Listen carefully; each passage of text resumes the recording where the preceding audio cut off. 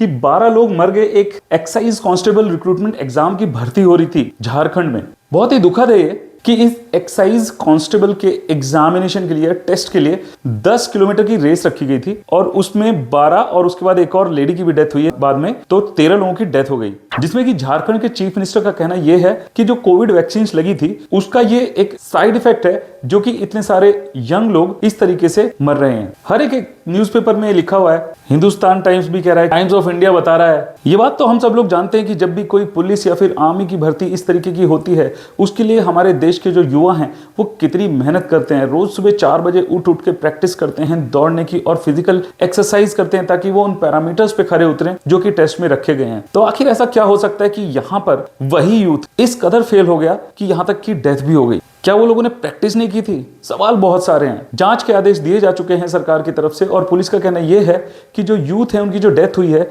वो heart attack की वजह से हुई है। मेरी तहकीकात क्या कहती है, मैं आज 5 पॉइंट्स में आपको बताने वाला हूं। मेरा नाम है lieutenant colonel Digvijay Singh, Indian army retired, और हम अपने चैनल पे बात करते हैं हेल्थ, फिटनेस और लाइफस्टाइल से रिलेटेड जुड़ी हुई सभी बातों के बारे में। तो चलिए वीडियो को करते हैं शुरू। और एनालिसिस का पॉइंट नंबर 1 ये है कि रिक्रूटमेंट ड्राइव जो थी वो रेगुलर नहीं थी। इसका मतलब यह है कि पहली बात तो जो ये टेस्ट हुआ था फिजिकल, उसमें 10 किलोमीटर की दौड़ हुई थी, जबकि आर्मी की भर्ती हो, अग्निवीर की भर्ती हो या फिर कोई और एग्जाम हो, वहां पर सिर्फ 1.6 किलोमीटर की दौड़ होती है।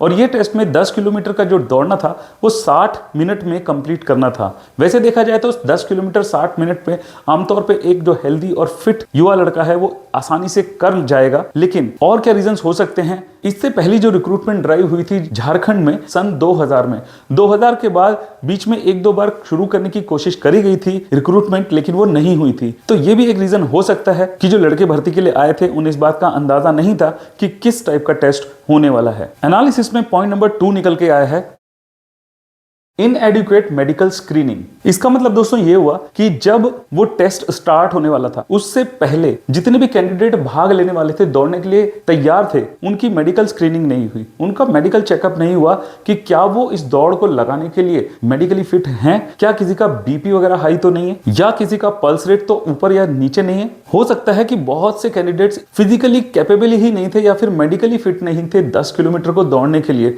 और क्योंकि नौकरी की बात आ जाती है तो हर एक इंसान जान लगाकर भागना चाहता है और उस नौकरी के लिए अपना बेस्ट देना चाहता है। और मैं दोस्तों एक बात और बता दूं, जो सीक्वेंस ऑफ एक्शन रखा गया था वो ये था कि पहले दौड़ होगी, पहले फिजिकल टेस्ट होंगे, फिर रिटन एग्जाम होगा और उसके बाद मेडिकल चेकअप होगा। आपको नहीं लगता कि क्या ये प्रोसीजर रिवर्स होना चाहिए? पहले मेडिकल चेकअप कर लो ना कि कोई दौड़ने लायक है या नहीं है। अगर ऐसा होता तो ये 12 लोग शायद आज हमारे बीच में होते। दोस्तों एनालिसिस के पॉइंट नंबर 3 की बात अगर मैं करूं तो वो है इन्वायरमेंटल कंडीशन। कहने का मतलब ये है कि वहां का जो टेम्परेचर है, जहां पर ये टेस्ट कंडक्ट कराया गया था मूसाबनी झारखंड में, वहां का टेम्परेचर था 32 डिग्री सेंटीग्रेड। और अगर मैं आज की ह्यूमिडिटी की बात करूं तो वो 77% है, जो कि काफी हाई है एक फिजिकल एक्सरसाइज करने के लिए। यानी कि जो ह्यूमिडिटी है उसकी वजह से पसीना बहुत आता है, बॉडी का जो पानी है वो बहुत जल्दी बाहर निकलता है, बॉडी हमारी डिहाइड्रेट हो जाती है और जिसकी वजह से कार्डियक अरेस्ट या फिर हीट स्ट्रोक तक हो जाता है।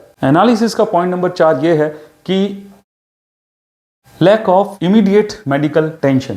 जब पता चला कि जो रेस हो रही है, जो दौड़ हो रही है, उसमें लड़के बेहोश होने लगे हैं, तो जो मेडिकल असिस्टेंस थी वो प्रेजेंट तो थी, लेकिन वो बहुत डिले हुआ उसको आने में। लोगों को जो फर्स्ट एड मिली वो बहुत ज्यादा देर से मिली। और दोस्तों ऐसे सिनेरियो में जो फर्स्ट एड होती है वही एक मेजर डिफरेंस बन जाती है लाइफ और डेथ के बीच में। एनालिसिस का 5वां और आखिरी point, over exertion due to competition.